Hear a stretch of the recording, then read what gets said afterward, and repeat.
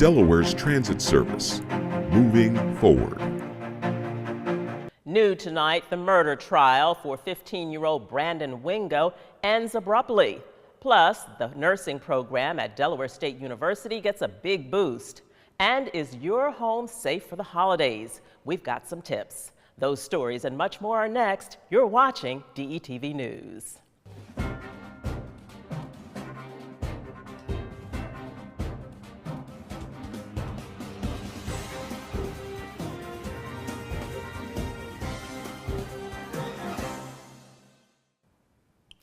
Hello and welcome to DETV News. I'm Lauren Wilson. Thanks for being with us. Topping the news, the second murder trial for the death of 15-year-old Brandon Wingo ended abruptly in a mistrial this morning. What was expected to be a 2-week trial in a first-degree murder case against DeMonte Taylor ended on just the second day of testimony. The reason? A spokesman for the Department of Justice didn't say, but indications are the DOJ will continue to pursue charges against 26-year-old Taylor.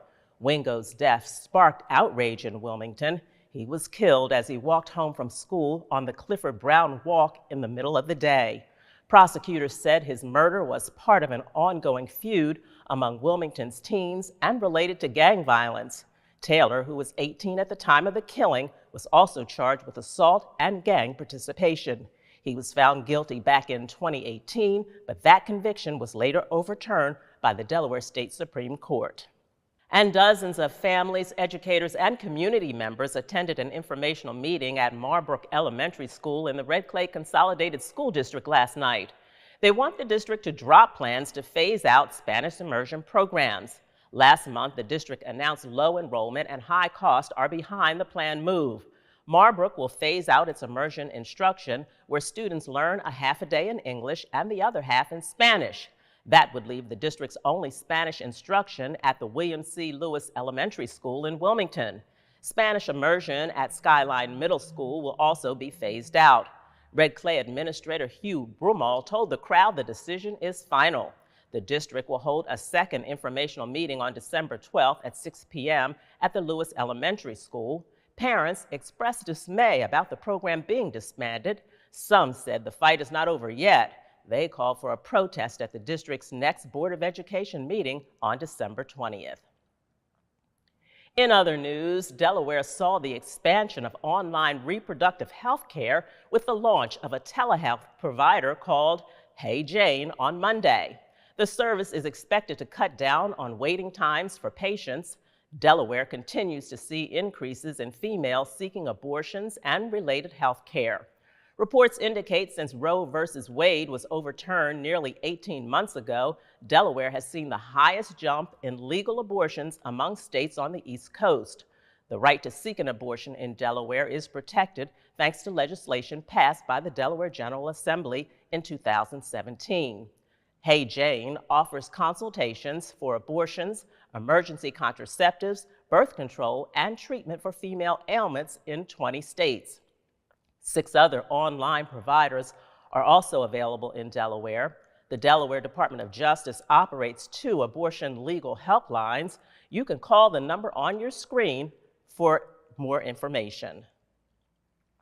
And Delaware State University will double its nursing program. A $1.75 million grant from the Longwood Foundation makes it possible for the students.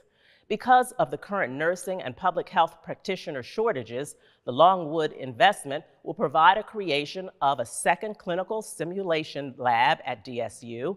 It will also fund a pilot program for incoming freshmen who are pre-nursing students. The goal is to increase the number of nursing graduates over the next 3 years. Longwood has a history of supporting Del State. In 2020, the foundation helped the university acquire the former Wesley College and its nursing program with a $1 million grant. Well, we knew they were coming. Kent County homeowners are the first to get preliminary reassessment results, and now is the time to request an appeal if you disagree with the findings. For the past 2 years, surveys have been conducted in all 3 counties to establish a new home assessment base. That's the dollar amount the home is valued and taxed. A statewide reassessment hasn't been done in almost 30 years. Your property taxes could remain the same or be increased or go lower depending on the evaluation. Informal reviews for any property owner who disagrees with the initial assessed value can be arranged. Those reviews are expected to be completed by mid-February.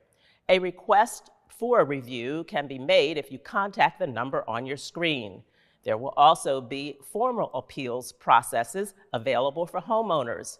Newcastle County and Sussex County reassessments are ongoing. Letters of initial findings are expected to be sent to residents in the second half of the new year.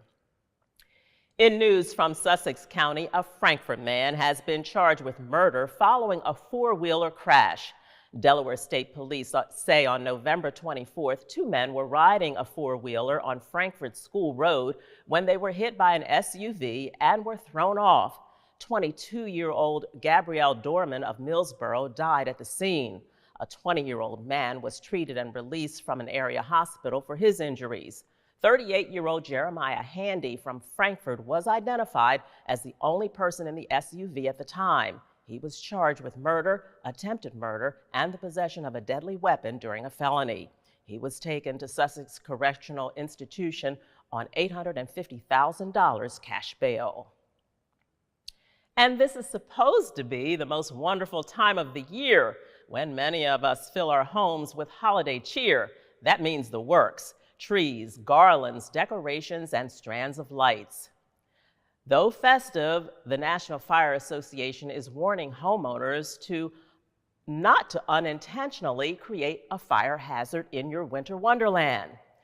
They may look pretty, but decking the halls comes with fire risk. Between the years 2017 and 2021, fire departments in the U.S. responded to an average of 150 house fires that began with decorations, and that number excludes Christmas trees. Those fires caused an average of 4 deaths and $14 million in property damage. Lighting equipment was involved in the nearly half of the fires that started by Christmas trees, with lamps or bulbs sparking the blaze. Some Christmas tree fires stem from candle use. To ensure a safe holiday season, the National Fire Protection Association offers several safety tips when it comes to bringing a live tree inside your house. What should you do? Well, for starters, pick a Christmas tree with fresh green needles. Cut 2 inches from the base of the tree trunk. Place the tree in a stand away from heat sources like fireplaces, candles, radiators, and heat vents. Make sure trees do not block an exit. Water your tree daily. Use only indoor lights on your tree. Check lights for loose connections, broken bulbs, or worn cords, and never use lit candles to decorate a Christmas tree. Additional safety tips: use clips instead of nails to hang outdoor lights. Keep garlands and stockings away from open flames of a fireplace, and do not overload power strips, and be extra careful, when using candles. Authorities say 46% of house fires in December are caused by candles. So to be on the safe side, keep a fire extinguisher handy and check all smoke detectors for the holiday season. And Christmas came early for students at the Wilmington Manor Elementary School in the Colonial School District. A company called Accenture partnered with a national nonprofit group called Operation Warm to purchase coats for every child at the school. About 300 coats were on display so the children could pick out the coat of their choice. It's wonderful. It's just, these kids deserve it, and to just, do a little something to give them the opportunity to be comfortable this winter is what it's all about. It means the world to us. When I entered us into the Operation Warm database, my heart was just thinking of the children, thinking of the need for our community, especially around this time with Christmas and it getting cold, and just being able to provide warm coats to all the kids, not just some, but to all the kids. So when we were selected, I was just grateful for them to come here and host this event here at our school and be able to give back to the community. Volunteers from Accenture and adults at the school made certain the coats were a good fit for each child. The coat giveaway was clearly a hit with the kiddos. Unfortunately, the holidays can also bring sadness and despair.